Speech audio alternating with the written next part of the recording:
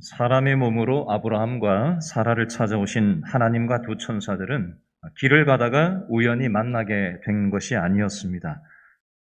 아브라함과 사라가 하나님의 섭리와 뜻을 발견할 수 있도록 도와주기 위해서 일부러 찾아오신 것입니다.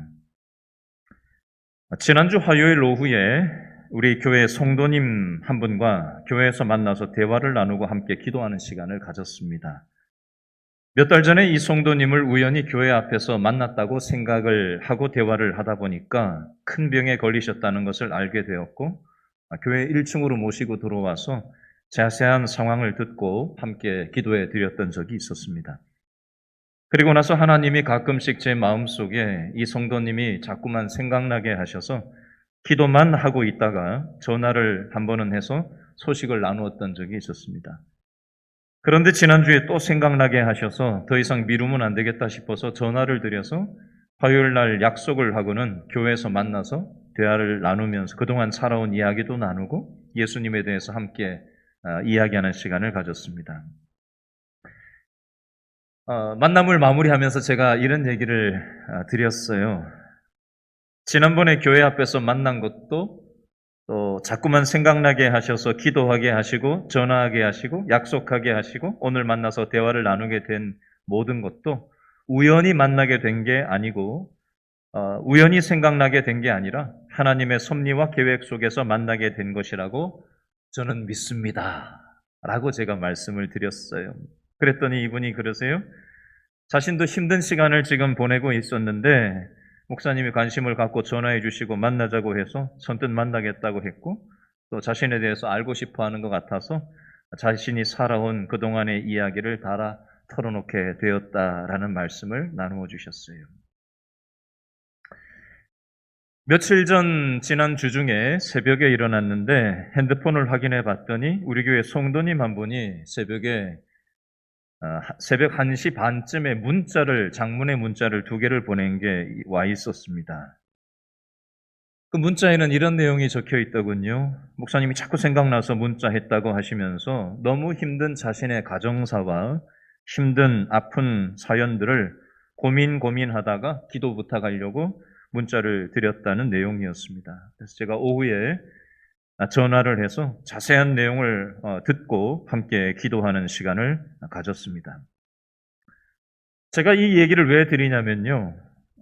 저는 이 만남 또한 우연히 자꾸 생각나게 하시고 연락하게 하신 것이 아니라 이 가정을 향해서 하나님의 섭리와 계획을 보게 하시고 믿음으로 이 가정을 세워주시기 원하셔서 하나님께서 이 마음과 생각 가운데 하나님께서 일하셨다고 저는 믿습니다. 누구라고 제가 밝힐 수는 없어요. 개인사기 때문에. 지금 마음으로 1초라도 여러분 기도해 주시기를 바라고요. 또 한 번씩 생각나시면 여러분들 기도해 주시면 감사하겠습니다. 하나님과 두 천사가 아브라함과 사라를 찾아오시는 이유는 무엇일까요? 아브라함과 사라는 믿음은 있었지만 현실에 매여서 믿음으로 살아가지 못하고 있었기 때문에 특별히 오늘 본문에는 사라를 중심으로 믿음을 주시기 위해서 하나님과 두 천사가 찾아온 것입니다. 저와 여러분도 믿음이 있으니까 오늘 4차 지금 대유행이 시작되는 코로나 초입임에도 불구하고 오늘 여기에 나와서 우리가 앉아 있고 또 영상으로 지금 참여하시는 분들도 있는 것입니다. 우리가 믿음이 있기 때문에 예배도 드리긴 하지만 우리 역시도 사라처럼 현실에 매여서 믿음으로 살아가지 못하는 모습이 있지 않습니까? 이런 연약한 믿음을 가지고 있었던 사라와 우리들을 향해서 하나님은 이 시간에 찾아오셔서 어떤 말씀을 주시려고 하시는지 듣는 시간이 되었으면 좋겠습니다. 다 같이 창세기 18장 9절 말씀을 한 번 더 읽어볼까요? 9절 시작. 그들이 아브라함에게 이르되 내 아내 사라가 어디 있느냐? 대답하되 장막에 있나이다. 밑줄을 그으시는데요. 내 아내 사라가 어디 있느냐에다가 밑줄을 그어보세요. 자, 하나님이 아브라함에게 아내 사라가 어디 있냐고 질문하고 있습니다. 하나님이 사라가 눈에 안 보이니까 어디에 있는지 몰라서 궁금해서 찾아내려고 아브라함에게 사라가 어딨냐고 질문하고 있는 걸까요? 아브라함과 사라의 이름을 이미 알고 계신 하나님은 사라가 어디에 있는지도 이미 알고 계십니다. 그러면 알고 계시면서 왜 물어보시는 거죠? 창세기 2장 9절 말씀에도 보면 선악과를 따먹고 범죄한 아담이 하나님을 피해서 숨으면 하나님이 못 찾을 것으로 생각했는지 하나님을 피해 숨는 장면이 나와요. 이때 하나님이 아담을 부르십니다. 아담아, 내가 어디 있느냐? 하나님이 아담이 숨어 있으니까 어디에 있는지 몰라서 아담아, 내가 어디 있느냐고 질문하고 계시는 게 아니고요. 하나님은 사라에게도 관심이 있으시고 하나님은 아담에게도 관심이 있으신 겁니다. 하나님은 사라와 아담의 마음을 다 알고 계시는 분이세요. 그리고는 찾아오시는 분이십니다. 사라와 아담이 아무리 하나님을 피하고 숨어 있어도 하나님은 어디에 있는지 알고 계시고 관심을 가지고 계십니다. 마찬가지예요. 하나님은 저와 여러분의 마음을 알고 계시고 저와 여러분의 삶 가운데 이 시간 찾아오셔서 하나님의 마음을 우리에게 들려주기를 원하시는 줄로 여러분 믿으실 수 있기를 바랍니다. 하나님은 사라가 장막 안에서 무슨 생각을 하고 있는지 다 알고 계십니다. 여러분 저를 한번 쳐다보실래요? 여러분 저를 쳐다봐도 생각하는 게 사람마다 다 달라요. 저는 여러분 속을 몰라요. 어떤 생각을 하고 쳐다보는지. 근데 하나님은 우리 속을 다 알고 계신다는 거예요. 사라는 하나님을 믿었지만 현실에 매여서 하나님의 약속의 말씀을 믿지를 못했어요. 사라가 지금 신앙생활한 지가 한 24년 정도 지금 된 상태예요. 창세기 12장 4절에 보니까 아브라함 나이가 75세 때 하란을 떠나서 가나안 땅에 왔다고 돼 있어요. 이때부터 아브라함 내외의 신앙이 시작되었던 것으로 보여집니다. 숫자로 측량할 수 있는 나이를 얘기하다 보니 24년이라고 찍어서 얘기하는 거예요. 창세기 16장 3절에 보니까 아브라함이 가나안 땅에 이주해서 살아가고 있는 연차가 10년이 지난 연차가 되었다. 그러니까 아브라함 나이가 75세 때 이가 가나안 땅에 왔으니까 10년 지났으니까 한 85세쯤 됐겠죠. 16장 3절에 보니까 사라가 자신이 아이를 낳을 수 없다고 생각을 하고 완전히 아이 낳기를 포기합니다. 그리고 자기 여종 하갈을 남편 아브라함한테 집어넣어줘요. 첩으로줘요. 그래서 1년 뒤에 이스마엘이 태어났죠. 이때 아브라함 나이가 창세기 16장 16절에 보니까 86세라고 나와요. 그리고 오늘 본문은 아브라함 나이가 몇 살 때냐면 창세기 17장 1절에 보니까 아브라함 나이가 99세 때라고 표기가 되어져 있고요. 사라의 나이는 89세쯤으로 보여집니다. 자, 정리를 해볼까요? 사라는 하나님이 자손의 복을 주겠다는 말씀을 믿고 여지까지 우리로 치면 교회 생활을 해왔어요. 근데 아이가 안 생기는 거예요. 믿음이 있기는 있는데 현실적으로 아이가 생겨지지를 않으니까 완전히 포기를 하고는 자기 첩 하갈을 아브라함한테 첩으로 들여보내는 장면이 14년 전 얘기예요. 14년 전. 그래서 거기서 아이까지 하나 생겼잖아요. 13년 전에 아이가 이스마엘이 태어났잖아요. 13년 동안 아이가 태어나서 자기 앞에서 돌아다니는데 사라의 마음속에 내가 아이를 낳는다라는 거 상상이나 할 수 있겠어요? 14년 전에 포기한 걸? 그리고 사라 자신을 통해서가 14년 전에 완전히 포기를 한 일인데 하나님은 사라가 14년 전에 이미 현실에 매여서 믿음 포기하고 살아가는 것을 알고 계셨어요. 이때 하나님이 14년 전에 포기한 사라의 믿음에 대해서 뭐라고 얘기를 하시나? 창세기 18장 10절, 11절, 12절 묶어서 한번 다 같이 읽어볼까요? 시작. 그가 이르시되 내년 이맘때 내가 반드시 내게로 돌아오리니 내 아내 누가? 사라에게 어떤 일이 있는다고요? 아들이 있으리라 하시니 사라가 그 뒤 장막문에서 들었더라. 아브라함과 사라는 나이가 많아 늙었고 사라에게는 여성의 생리가 어떻게 된 상태예요? 끊어졌는지라. 사라가 속으로 어떻게 하죠? 웃고 이르되 내가 노쇠하였고 내 주인도 늙었으니 내게 무슨 즐거움이 있으리요. 아니 14년 전에 포기를 하고 아이 낳을 수 없다는 거를 알고는 포기를 한 상태로 첩까지 남편한테 들여보내가지고 아이가 태어나가지고 이스마일이 지금 13살이 돼서 지금 청소년이 됐는데 14년 전에 포기한 아이 낳는 걸 포기했고 생리도 끊어진 내가 아이를 낳는다고? 아이고 하나님이라도 어떻게 그게 말이나 되는 소리냐고 하면서 그 소리를 듣고 지금 사라가 속으로 웃는 거예요. 아까 영상에서는 소리를 내서 웃고 혼잣말도 하는데 실제 속으로만 웃었다라고 성경은 정확하게 표기가 되어져 있습니다. 로마서 4장 19절 말씀해 보니까 그가 100세나 되어 자기 몸이 죽은 것 같고 사라의 태가 죽은 것 같음을 알고도 라는 표현이 나옵니다. 남편 아브라함은 99세, 사라는 89세, 생리는 끊어졌고 이제 의학적으로는 아이를 낳을 수 없는 그런 죽은 것과 같은 몸이, 아이를 낳을 수 없는 죽은 것과 같은 몸이 되었다고 성경은 표현하는 거예요. 히브리서 11장 1절에 보니까 사라 자신도 나이가 많아 단산하였다라고 되어 있고요.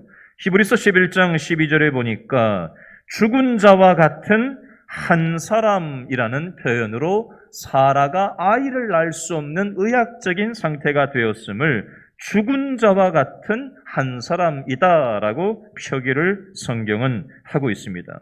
그러니까 사라가 이렇게 반응하는 것도 지극당연한 반응이죠. 더군다나 14년 전에 이미 포기했고 의학적으로 1도 가능성이 없는 그런 상황이란 말이에요. 그런데 하나님께서는 이미 창세기 15장 4절에 이런 말씀을 주셨던 적이 있었어요. 내 몸에서 날 자가 내 상속자가 되리라. 17장 16절에 이렇게 말씀을 이미 주셨어요. 그는 누구예요? 17장 16절 사라가 내게 아들을 낳아주게 하며 17장 9절에도요. 내 아내 사라가 내게 아들을 낳으리라. 17장 21절에 내년 이 시기에 사라가 내게 낳을 이삭과 세우리라. 하나님은 계속적으로 하나님의 말씀을 아브라함과 사라 내외에게 약속의 말씀을 주셨었어요. 여러분, 아이 낳는 문제만 가지고 지금 제가 성경 말씀을 가지고 말씀하는데 우리 얘기로 적용해서 한번 생각해 보겠습니다. 우리는 이 코로나 시대에 이 교회에 나와서 또 영상을 들여다보면서 하나님께 예배에 참여하고 있어요. 믿음이 없으면 안 하죠, 이런 걸. 그렇죠? 믿음이 있으니까 우리는 현장에 나와서 또 영상으로 예배에 참여하고 있는 거예요. 근데 예배에 참여할 때는 믿음의 생각이라는 게 들어오는데, 그렇죠? 근데 우리가 예배당 밖을 딱 벗어나면 차가운 현실이 있잖아요. 그렇죠? 우리는 구름 위에서 예배당 안에서만 사는 사람들이 아니잖아요. 가정생활도 해야 되고 자녀들도 돌봐야 되고 손주들도 봐야 되고 먹고 살아야 되고 건강관리도 해야 되고 노후도 준비를 해야 되고 여러 가지 현실적인 일들을 하면서 우리는 살아야 됩니다. 근데 믿음의 논리와 현실의 논리는 너무나도 달라요. 예배당에서 예배드릴 때는 믿음으로 살 수 있을 것 같은데 막상 차가운 현실로 딱 나서면 우리는 믿음은 온데간데 없고 그 차가운 현실이 우리의 생각과 마음을 짓이겨 놓습니다. 사라도 이미 14년 전에 아이가 날 수 없다라고 생각하고 포기하고 생리도 완전히 끊어져 버리고 1도 의학적으로 아이를 낳을 수 없는 그 상황인데 믿음을 완전히 포기하고 살아가는 이 사라를 향해서 하나님께서 보다 못하셔서 육신의 몸을 입으시고 사람의 몸으로 직접 아브라함과 사라 내외를 찾아 나서시는 장면이 오늘 본문이에요. 지금까지는 하나님께서 환상을 통해서 음성을 통해서만 하나님 자신을 나타내 보여주셨는데 오늘 본문에서는 하나님이 사람의 몸을 통해서 아브라함과 사라 내외에게 찾아오신 이유는 뭘까요? 이렇게 해서라도 현실에 매여서 하나님을 믿음으로 받아들이지 못하고 약속의 말씀을 놓치고 좌절에 빠져서 살아가는 사라에게 믿음을 집어넣어 주시기를 원하셔서 하나님께서 사람의 몸을 입으시고 직접 찾아오신 것입니다. 질문합니다. 저와 여러분도 신앙생활을 하다 보면 아이고 아무리 하나님이라도 이게 변하겠어? 아무리 하나님이라도 내 가정에 어떤 이런 면이 변할 수 있겠어? 우리에게 이런 어떤 마음이 들어올 때가 있지 않아요? 혹시? 14년 정도 이미 포기하고 있던, 살아오고 있던 신앙생활을 우리로 치면 교회 다니고 있던 이 사라에게 하나님께서 창세기 오늘 18장 10절 말씀을 주시는 거예요. 내년 이맘때 내가 반드시 내게로 돌아오리니 내 아내 사라에게 아들이 있으리라 라는 말씀을 주셨을 때 사라가 그 소리를 듣고 어떻게 반응을 하지요? 속으로 웃는 반응을 하고 있습니다. 지극히 당연한 반응인지도 모르겠어요. 인간적으로, 의학적으로는 일도 가능성이 없으니까요. 여러분, 인간이 포기할 때 하나님의 사역은 바로 그때부터 시작되는 것입니다. 그리고 사라는 믿지 못하고 속으로 비웃고 있는데 하나님은 1년 뒤에 하나님의 약속을 이루어 주실 것을 다시 한번 말씀하시는 장면이 14절 말씀에 나와요. 13절, 14절 묶어서 읽어볼까요? 18장 13절, 14절 다 같이 시작. 여호와께서 아브라함에게 이르시되 사라가 왜 웃으며 이르기를 내가 늙었거늘 어떻게 아들을 낳으리요 하느냐. 여호와께 능하지 못한 일이 있겠느냐. 기한이 이를 때에 내가 내게로 돌아오리니 누구에게? 사라에게. 누가요? 아들이 있으리라. 아멘. 제가 이 말씀을 준비하면서 이 추상적인 말씀이 어떻게 여러분들에게 이해의 영역에 닿을 수 있을까 고민을 하던 중에 제가 간증 하나를 좀 소개하려고 합니다. CTS 방송에 내가 매일 기쁘게라는 프로그램 보신 적 있으세요? 거기 정혜리 씨하고 사회자가 누가 또 나오죠? 최선규 씨가 사회자로 나와요. 그렇죠? 아나운서 출신이죠. 이분의 간증입니다. 이분은 최선규 씨는 완전히 불교 집안 출신, 독실한 불교 집안 출신이고요. 대학 때까지 불교 회장을 지냈던 사람이고 집에 절이 3개나 있었던 사람입니다. 교회 다니는 사람들이 울고 짜고 몰려다니고 잘 살지 못한다고 생각하면서 교회 다니는 사람들을 아주 인간 취급을 자기는 안 하고 교회 다닌다 하면 아주 비웃으면서 지냈던 그런 사람이었다고 자기를 소개합니다. 그러던 어느 날 1993년 9월 26일 토요일 오전 11시 50분쯤 김창숙 씨와 아침마당이라는 생방송을 진행을 하고 내려오다가 쪽지 하나를 후배가 건네줬대요. 뭔가 하고는 펼쳐봤더니 이렇게 메모가 돼 있었답니다. 딸, 교통사고, 생명위독, 강남 성심병원, 응급실. 이런 메모가 전달됐던 거예요. 사연은 이렇습니다. 2.5톤 이사 트럭이 최선규 씨의 3살 된 여자아이를, 딸을 못 보고 후진을 하다가 아이를 넘어간 거예요. 몸을. 그리고 뭐가 덜컹하니까 이 기사가 또 뭐가 끼었나 보다 하고 앞으로 한번 또 밀고 나온 거예요. 뒤로 한번, 앞으로 한번 3살짜리 꼬마를 짐 실은 트럭이 뒤로 한번, 앞으로 한번 지나친 거예요. 그 소식을 듣고 택시를 타고는 토요일이라 길이 엄청나게 밀려가지고 가면서 최선규 씨가 난데없이 하나님, 독실한 불교 신자가 급하니까 하나님, 자기도 모르게 툭 튀어나왔대요. 도와달라고. 제발 제 딸을 살려달라고. 하나님, 당신이 정말 살아계신 분이라면 우리 딸을 살려달라고 그렇게 눈물을 흘리면서 하나님을 찾았답니다. 늦게 병원에 도착해 보니까 이미 딸은 하얀 가운이 덮인 채로 한쪽에 놓여져 있고 자신의 아내는 벽에다가 머리를 찍으면서 오열을 하고 있고 온 가족들이 통곡을 하고 있는 모습을 보게 되었다고 합니다. 이미 병원에서는 사망 진단이 내려진 상태였다고 합니다. 병원에 도착해서 이 장면을 지켜본 최선교 씨가 하나님 이 아이를 꼭 살려달라고 살려만 주신다면 무엇이든지 할 테니까 이 아이를 꼭 좀 살려달라고 그렇게 눈물을 흘리면서 소리를 치면서 하나님 앞에 호소를 했다고 합니다. 눈물이 계속 흐르는 와중에 갑자기 아이를 안아들어야 되겠다라는 마음이 오더래요. 아이를 안고 일어나라, 집에 가자 라고 계속 이야기를 자기가 했다라고 합니다. 갑자기 놀랍게도 아이의 몸이 따뜻해져 오는 것이 느껴졌고요. 아이 몸이 꿈틀거리기 시작했답니다. 그래서 아이가 살았다고 의사들을 찾았는데 죽은 아이를 살아났다고 하는 말을 믿지를 않고 의사들이 다가오지를 않더랍니다. 나중에 이 아이가 조금씩 회복이 되고 14명의 모든 가족들이 이 딸아이의 죽었다 살아나는 이 경험을 통해서 온 가족이 다 교회로 나오게 되는 그런 계기가 되었다라는 간증을 하는 걸 제가 봤습니다. 교회 다니는 사람들을 비웃었던 자신이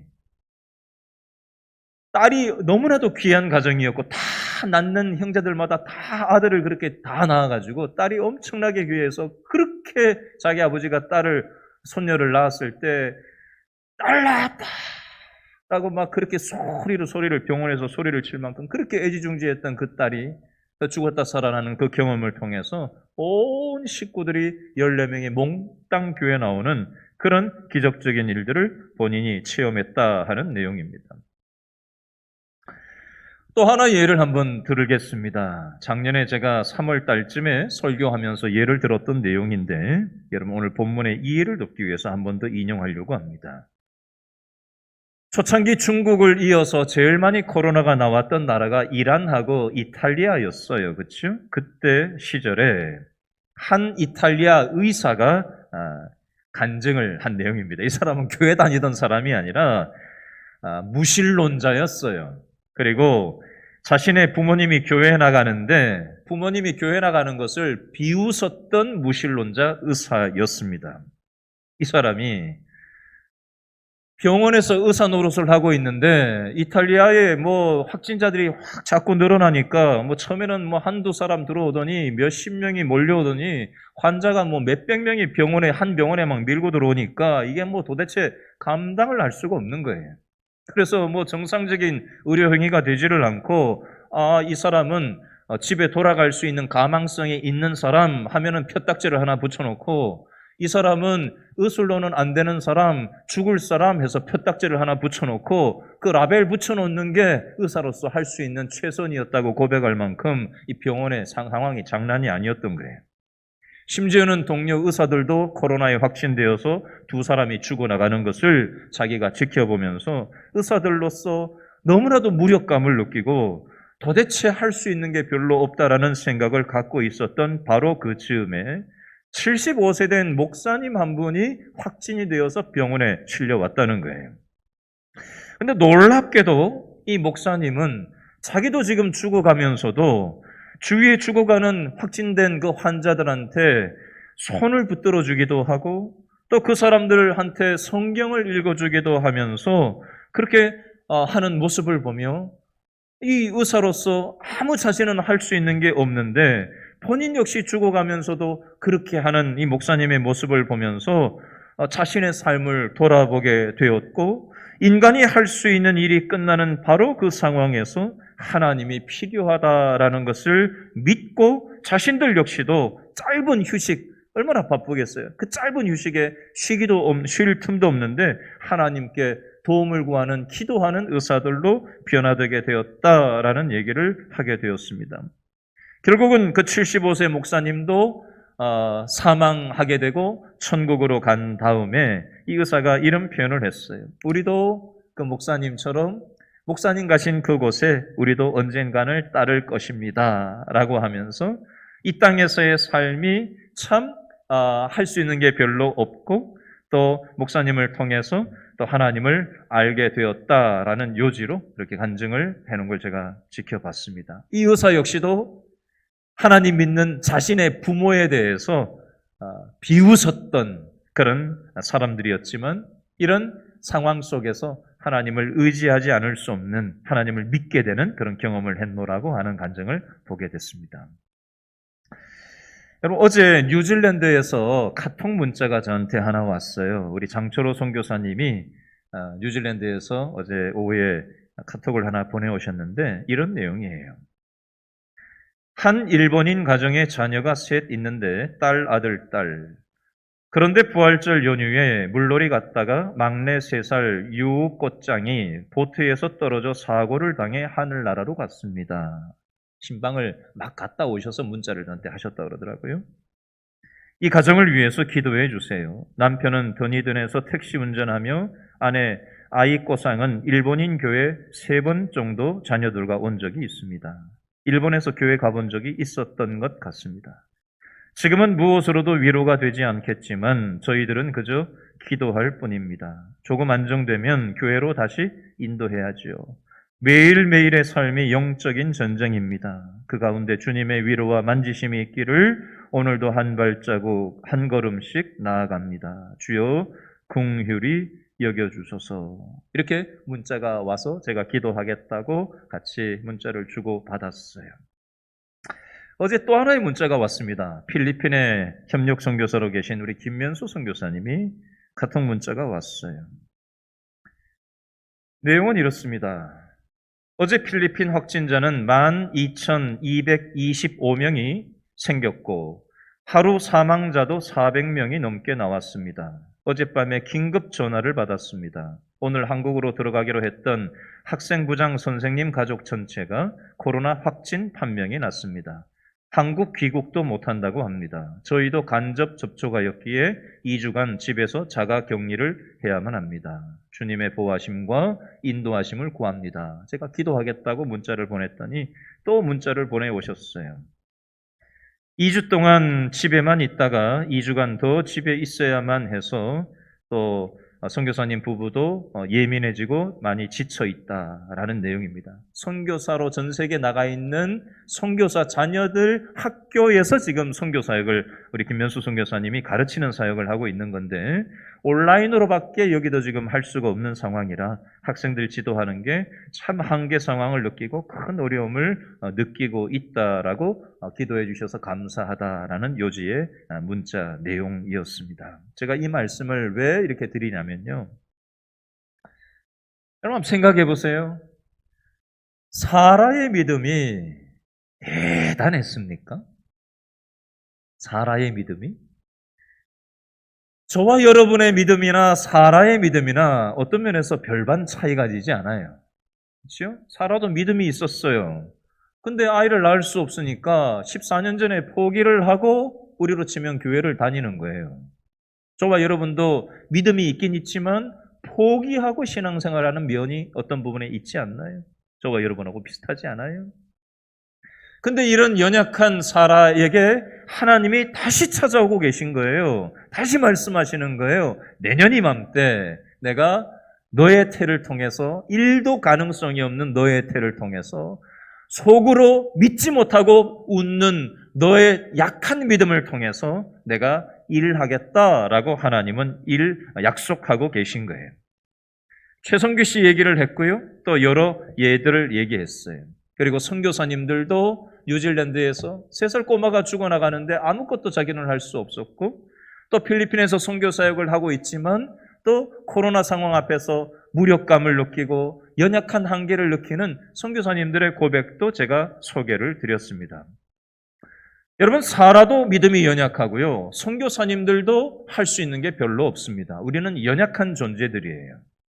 우리가 대단한 믿음이 있어서 대단한 믿음의 역사를 일으키는 사람들이 아니라 우리는 부족하고 연약하기 짝이 없는 연약한 존재일 뿐이에요. 그러나 1도 가능성이 없는 연약한 믿음을 가진 우리를 통해서조차 하나님께서는 하나님의 역사를 이루어 나가기를 원하신다라는 사실을 우리가 기억할 필요가 있습니다. 오늘 새벽에 새벽예배 예배가 마치고 기도를 하는데 복음송가가 하나 생각이 나고 제 대학 동창이 하나 생각이 났어요. 왜 이 복음송가가 생각이 나고 제 대학 동창이 생각났는지를 제가 설명을 좀 드려보겠습니다. 제가 2001년도에 목사 안수를 받을 때 제 대학 동창 중에 친구 중에 유일하게 이 친구가 찾아왔었어요. 그때 찍은 사진도 있더군요. 그 친구가 대학 다닐 때 저한테 이런 얘기를 했었어요. 자신은 나중에 믿음 좋은 그런 장로님이 될 거라고 저한테 대학 때 그렇게 얘기를 했었던 친구예요. 근데 몇 달 전에 이 친구가 저한테 전화가 걸려왔는데 이런 부탁을 했습니다. 사업장을 지금 알아보고 있는데 사업을 지금 하려고 장사를 하려고 지금 알아보고 있는데 강동구 관내의 어느 동네를 저한테 콕 찍으면서 요 위치 요 주소를 저한테 보여주면서 상권 분석을 네가 좀 해달라. 근데 업종이 뭔지 아세요? 술집을 본인이 오픈을 하려고 하는데 목사인 친구한테 전화를 해서 상권을 네가 좀 그 동네 사니까 좀 봐달라고 부탁을 하는 거예요. 제가 그 전화를 가만히 듣고는 참 안타까웠어요. 옛날에 신앙이 좋았던 친구인데 지금 신앙을 다 까먹고 현실에 매여서 맨날 페이스북에 올리는 사진을 보면은 술을 먹는 모습을 올려놓고 사람들하고 어울리기 때문에 먹는 차원이 아니라 혼자서도 술을 그렇게 자주 먹는 모습을 올려놓는 걸 보면서 참 안타까운 마음이 제 마음속에 있어 왔었어요. 근데 오늘 새벽에 말씀을 붙잡고 기도하는 중에 이 친구가 생각나면서 복음송가가 하나 떠올랐어요. 그 복음송가 내용을 제가 좀 가사를 읽어드릴게요. 내가 나를 떠나가도 그래도 나는 너를 떠나지 않으며 내가 나를 버려도 그래도 나는 너를 버리지 아니하리라. 내가 나를 사랑하지 않아도 그래도 나는 너를 사랑하며 내가 지은 죄가 많으나 그래도 나는 너를 용서하리라. 내가 천하고 미련하나 그래도 나는 너를 받으리라. 내가 천하고 미련하나 나는 너를 받으리라 라는 찬양이었어요. 제가 이 찬양을 어느 찬양 가수가 하는 걸 듣다 보니까 제 친구가 옛날 찬양하는 걸 참 좋아했던 애인데 걔 목소리하고 참 비슷한 사람이 이걸 하는 걸 듣고는 걔가 더 생각이 났는지도 모르겠어요. 그래서 오늘 새벽에 이 친구를 위해서 기도했고 또 한번 연락을 해볼 참입니다. 여러분, 우리는 연약한 사람들입니다. 우리가 신앙이 대단해서 하나님이 우리를 쓰시는 게 아니고 우리가 자빠지고 넘어지고 실수하고 부족하고 때로 하나님을 떠나고 또 하나님을 버리고 하나님을 무시하고 미련하고 연약하여 죄를 짓고 자빠질 때도 있지만 하나님께서는 1도 가능성이 없는 우리들에게 또 찾아오시고 또 기회를 주시고 또 위로하시고 또 손을 내밀어 주셔서 부족하지만 소망이 없는 이 세상에 소망의 통로로 저와 여러분을 쓰기를 원하신다는 사실을 기억하고 하나님의 부름 앞에 반응하는 저와 여러분 될 수 있기를 바랍니다. 기도하겠습니다.